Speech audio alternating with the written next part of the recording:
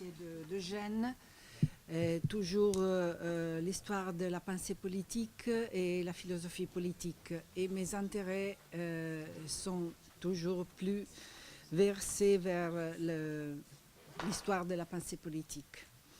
Et je suis arrivée à Charles-Monnier pendant les recherches sur les femmes, le féminisme, le socialisme. Parce que j'ai écrit avant Charles-Monnier des livres sur les femmes. Un sur Génie Déricourt, entre féminisme et socialisme. Elle écrit un livre sur tous les écrivains socialistes. Et l'autre livre que j'ai écrit sur Marie Goegg, qui nous trouverons, me lo metto un po' più vicino, qui nous trouverons dans cette histoire de Charles-Monnier. Alors, et même la femme de Charles-Monnier qui a participé au club de la Révolution de 1848. Alors, long le fil de ces recherches, je suis arrivée à Charles-Monnier et j'ai trouvé tellement tant de choses à dire, à raconter que je n'ai pas pu non écrire un livre. Alors, j'ai fait des recherches pendant beaucoup d'années et je suis arrivée à ces résultats. Alors, Charles-Monnier est fondateur de la Ligue internationale de la paix et de la liberté et des États-Unis d'Europe. Nous connaissons les noms d'Altiero Spinelli, Eugenio Colorni et d'Ernesto Rossi qui sont associés au fédéralisme et à l'Union européenne. Mais la pensée des États-Unis d'Europe s'est formée lentement au fil des siècles précédents sur des concepts plus ou moins précis, abandonnés, repris, enrichis, qui sont source de nouvelles réflexions mieux élaborées, plus complètes et formulées par des penseurs audacieux et quasiment inconnus. Le parcours qui nous a conduits là où nous en sommes aujourd'hui a été long et difficile. Seuls les ravages et les horreurs du second conflit mondial ont permis d'exprimer des idées déjà formulées par les penseurs qui ont avant imaginé une structure politique plus adéquate aux aspirations pour les peuples de l'Europe. J'ai oublié de dire qu'entre 8 jours, il serait l'anniversaire de la naissance de Charles-Monnier. Il était né en fait le 29 novembre 1806. Alors, un de ces hommes qui ont formulé des idées plus avancées, c'est sans doute Charles-Monnier, qui a contribué à faire croître l'idée d'une Europe politique avec la ténacité et la patience d'un divulgateur et d'un organisateur. On peut le considérer à juste titre comme un des pères fondateurs de l'européisme. Léon de Montluc décrit Charles-Monnier comme un héros courageux, juste, fascinant, ayant un ascendant sur les foules comme Giuseppe Garibaldi. Mais à différence de Garibaldi, Monnier restera un intellectuel et ne prendra probablement jamais une arme durant toute sa vie. Monnier fut un idéaliste avec une vision universelle que ses contemporains ne furent pas capables de comprendre et de partager. À 20 ans, il enseigne pour quelque temps la philosophie au collège laïque de Sorèze, où il rencontre Élise Grimaille, qui l'épousera en 1831. Il fréquente l'école saint-simonienne, justement, à laquelle adhère aussi Elisa. Au milieu des années 30, la famille s'installe à Bordeaux, où Monnier termine ses études de droit et devient avocat. Il y exerce là sa profession durant 11 ans, ainsi qu'une activité de journaliste. En 1845, les frères Pereire, saint-simoniens de longue date et amis de Monnier, lui propose la direction du service contentieux des chemins de fer du Nord qui venait d'être inauguré. Monnier accepte ces postes prestigieux. À partir de ce moment, la vie de Charles et Elisa change radicalement. Ils sortent de leur isolement intellectuel dans lequel ils se sentaient contraints par la vie provinciale qui menait à Bordeaux. Dans la capitale, ils retrouvent de nombreux amis avec lesquels ils peuvent se confronter sur les thèmes du progrès social et de la vie politique. Pendant la Révolution de 1848, alors que Charles Monnier se dit républicain et exprime ses idées dans les clubs politiques, Elisa cherche à se rendre utile. Pendant cette période chaotique, pleine de grands espoirs, avec quelques amis, elle ouvre un magasin de matériel pour les hôpitaux et les prisons, créant ainsi du travail pour les 200 mères de famille durant 2 mois. La brève expérience de Lisa, durant l'année 1848, la conforte dans sa volonté de se consacrer à une activité productive. Elle réalise alors qu'une éducation théorique et pratique est la clé pour faire sortir les femmes de la pauvreté et de les faire entrer dans le monde du travail, de façon à leur éviter la misère et la prostitution. Dans les années 40 du XIXe siècle, on assiste à une série de mouvements pacifistes qui se manifestent lors du premier congrès international des sociétés pour la paix, réuni à Londres en 1843, à l'initiative des groupes américains. Si à l'origine le mouvement de la paix a eu un caractère essentiellement religieux et moral, dans l'ère de l'Europe continentale apparaissent de nouveaux éléments sociaux et politiques soufflés par les libéraux, les libres penseurs et les socialistes, augmentant et unifiant le domaine d'action des courants pacifistes. Un événement important s'est produit en France en 1844 à l'occasion de la création de la Société de la paix de Paris.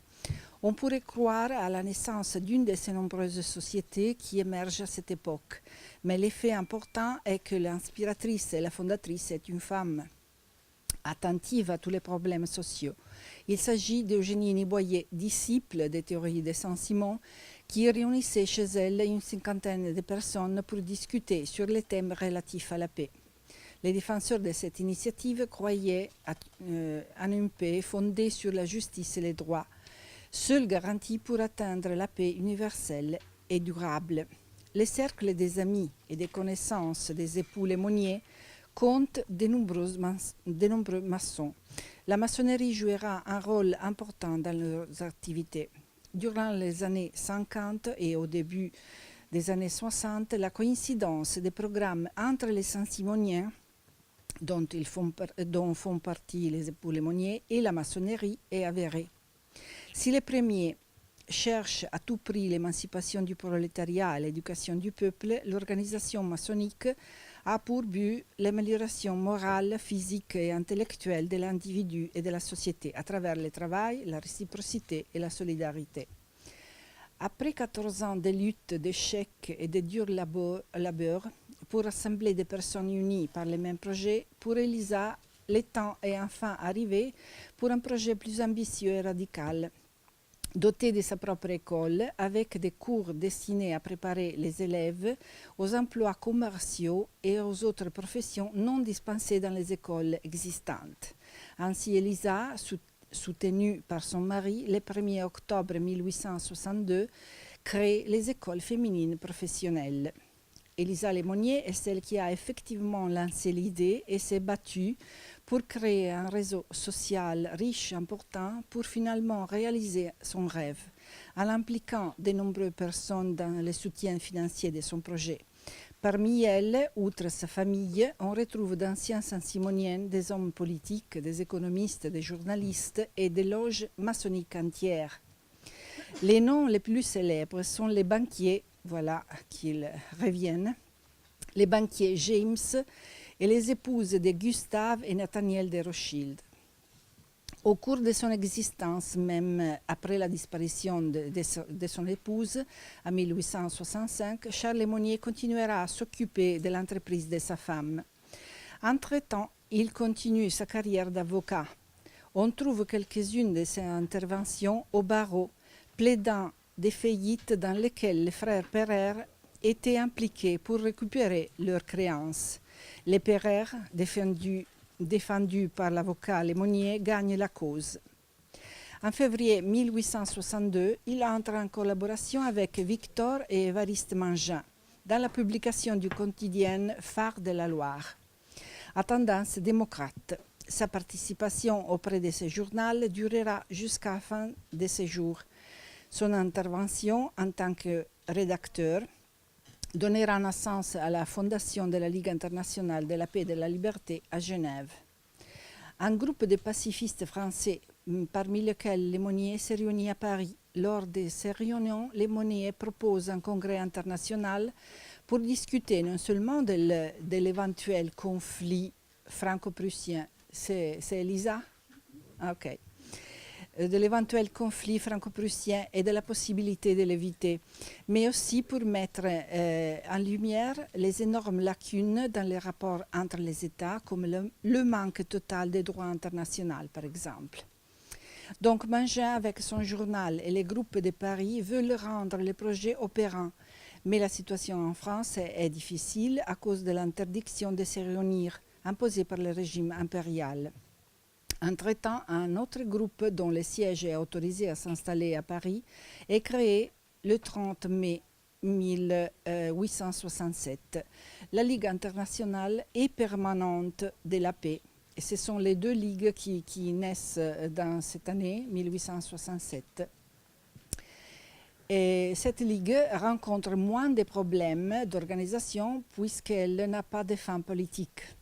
Et elle est dirigée par Frédéric Passy. Ses fondateurs sont convaincus que le vrai patriotisme consiste à ne pas menacer les autres nations et déclarent avoir le devoir de défendre et de diffuser les principes de respect réciproque qui constituent la charte commune du genre humain. La Ligue de Passy, selon Lemonnier, reste stérile et faible, car elle se base seulement sur des sentiments qui n'influencent pas les tissus politiques. La Ligue de Genève sera la seule à proposer un discours politique à propos du progrès de la question sociale et, argument encore plus important, à chercher à établir la paix avec l'obtention de la liberté. Et c'est pour ça qu'elle a dû être fondée à Genève, non pas en France. Les deux ligues de Passy et de Lemonnier vont tenter de se rapprocher à plusieurs reprises. La question restera plutôt délicate parce que la première propose des plans de paix de type gouvernementaux, alors que, selon Lemonnier, la vraie paix est le fruit de la liberté, de l'instruction et du fédéralisme.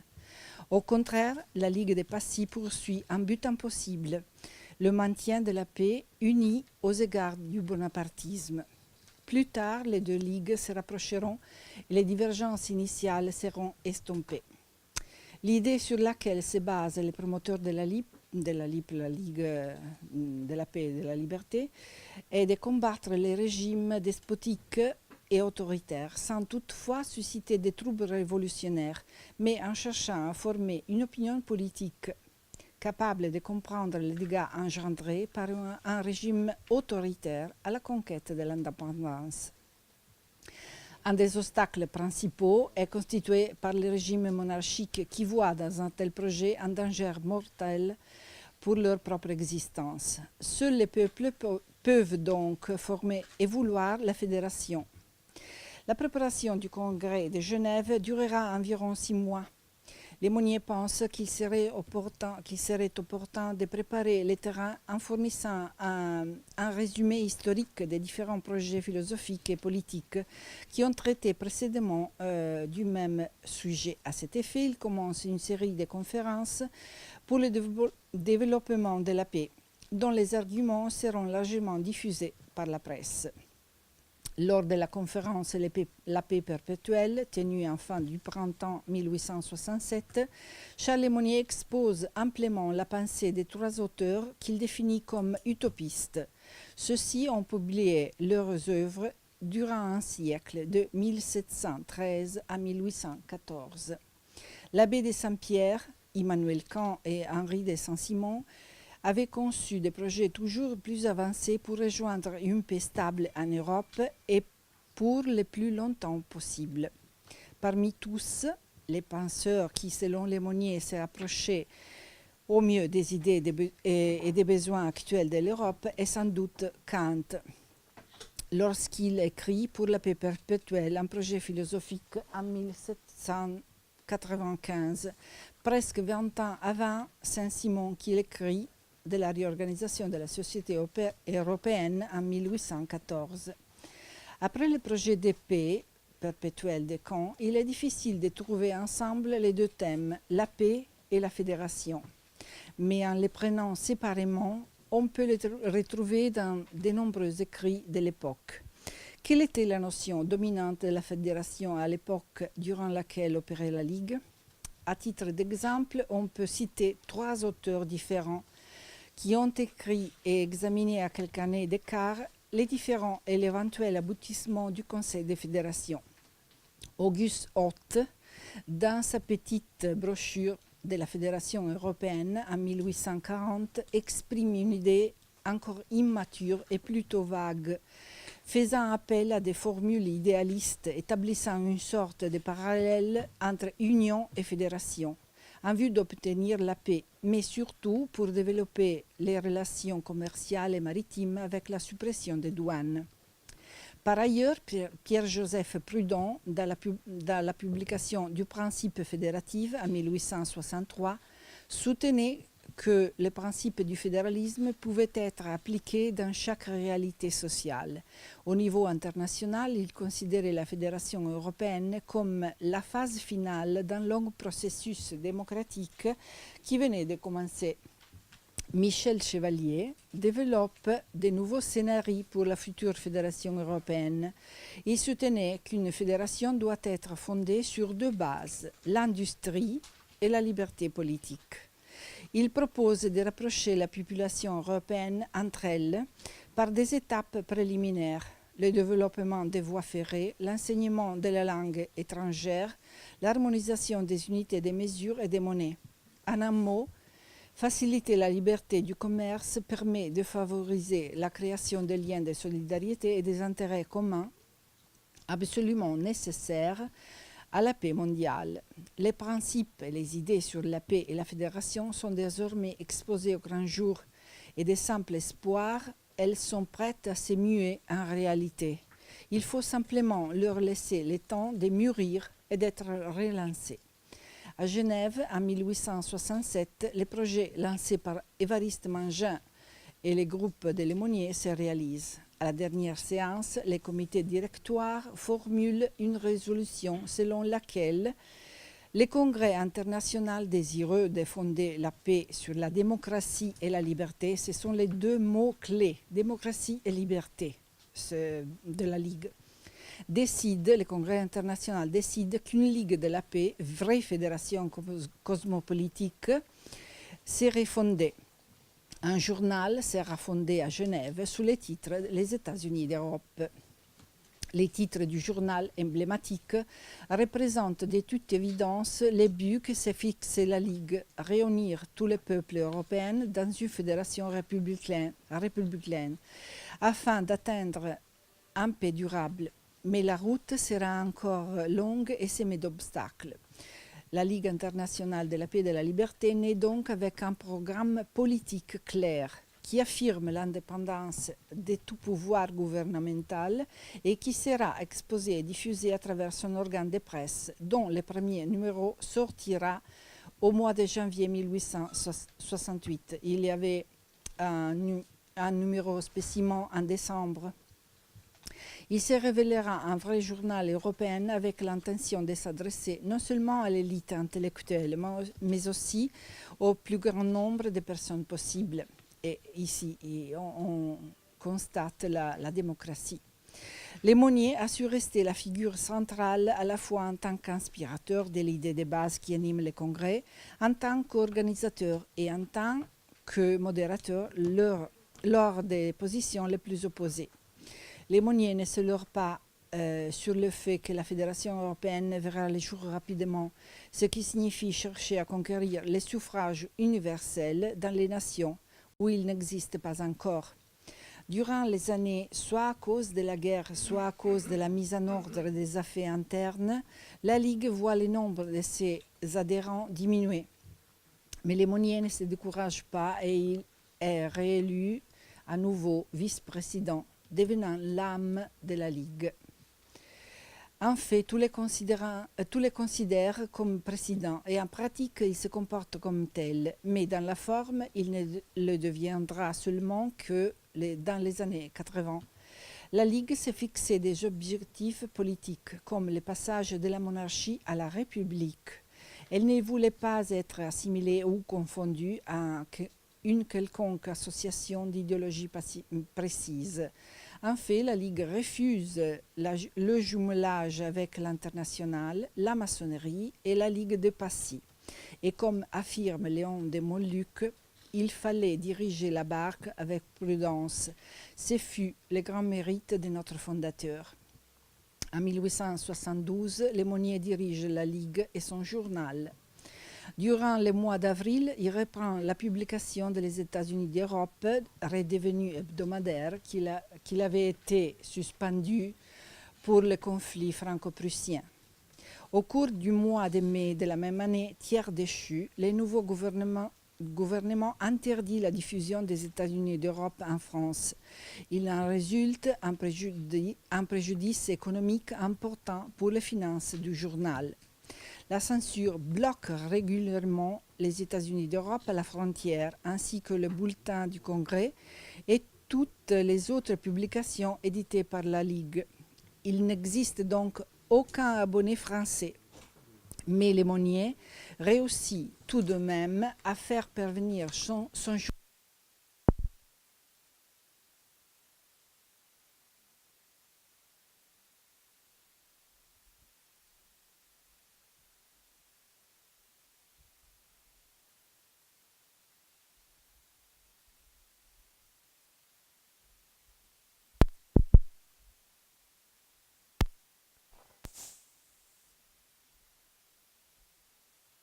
et son épouse Marie, qui occupe la fonction de trésorier. Voir une femme occuper un poste jusqu'alors réservé à un homme est plutôt inattendu. Mais la Ligue, depuis 1868, dans ses résolutions conclusives, avait déclaré « Le Congrès reconnaît en principe que tous les droits humains, économiques, civils, sociaux et politiques appartiennent aux femmes. » Et il décide de mettre à l'étude les moyens les plus propres pour hâter les jours où les femmes pourront jouir du plein exercice de ces droits. Avec la nomination de Marie Goegg au poste de trésorier, la Ligue démontre vouloir mettre en application les principes annoncés. Marie Goegg, à partir des idées qu'elle avait entendues au cours des premiers congrès de la Ligue en juillet 1868, fonde l'Association internationale des femmes, qui présente un vaste programme de réformes sur le travail, l'instruction et les droits politiques des femmes, dont la principale caractéristique est son internationalisme, en parvenant à intéresser la plupart des pays européens. En suivant la Ligue, à laquelle elle était strictement liée, Marie édite le Journal des femmes, qu'elle a fondé et qu'elle finance.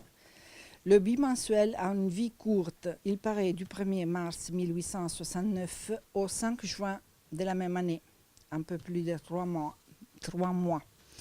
L'activité de Lemonnier est toujours intense. En 1874, il se rend en Italie, à Bologne, Milan, Naples. L'année suivante, à Gand et à Mons. Et dans chacune de ces villes, il donne une série de conférences sur la Ligue, la paix et les droits internationaux qui suscitent un très vif intérêt. La Ligue va de plus en plus formellement reconnaître les changements des sociétés, tout en maintenant constamment dans ses programmes un profond antimilitarisme. De plus, elle manifeste une foi solide dans le libre-échange. Elle soutient les luttes pour le suffrage universel et l'égalité des droits entre les sexes, et fait preuve d'un fort engagement pour la séparation entre l'État et l'Église, plus particulièrement dans l'enseignement. Parallèlement, le journal Les États-Unis d'Europe marche bien et donne un grand espace à l'idée de fédération européenne, strictement enracinée sur une base des droits internationaux. En définitive, ce journal devient de plus en plus un périodique qui présente les faits politiques et sociaux à partir d'un point de vue européen. Pour réaliser tous les projets auxquels il tenait, Lemonnier créa un réseau riche et étendu de relations politiques, de correspondants, d'alliés et d'amis qui partageraient ses convictions et avec lesquels il pouvait dialoguer fructueusement. À ce sujet, un des amis de Lemonnier témoigne de son caractère travailleur et infatigable et du prestige dont il jouait auprès des plus hautes responsables de l'État. À l'âge de 83 ans, il s'entretenait avec le président de la République, des ministres et des ambassadeurs pour les solliciter à la cause de l'arbitrage international. Il était toujours reçu avec beaucoup de respect. En 1889, avec un groupe de ses collaborateurs, Lemonnier promeut le Congrès universel de la paix. Et avant, c'était international, maintenant universel, en parallèle avec l'exposition universelle de Paris. Tout en maintenant son indépendance, la Ligue se met ainsi au service de tous les mouvements pacifistes, contribuant à la création d'une fédération des sociétés de la paix.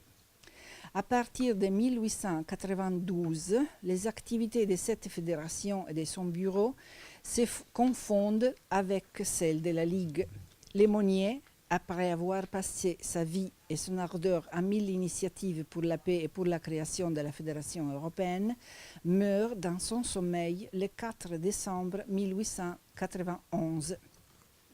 Dans son appartement se retrouvent les très nombreuses personnes qui l'ont aimé et qui furent ses amis, ainsi que nombreux hommes politiques, journalistes et collaborateurs, pour rendre un hommage à un homme d'une intelligence exceptionnelle et d'un grand cœur qui, pendant 24 ans, a été le responsable de la Ligue.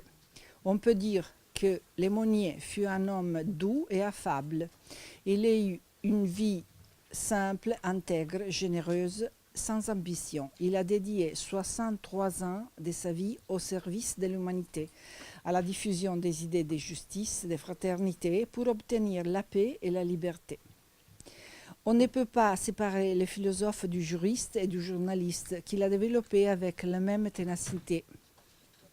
Il a toujours lutté pour la paix sans chercher des honneurs. Il pensait travailler pour les générations futures et ceci l'encourageait. Le seul regret de la personne qui l'a fait connaître aujourd'hui est que Lemonnier soit mort 10 ans avant l'attribution du premier prix Nobel pour la paix. Frédéric Passy, son antagoniste, fut le premier à obtenir en 1901 le Nobel pour la paix, prix qu'il partagea avec le Suisse Henri Dunant, fondateur de la Croix-Rouge. Voilà.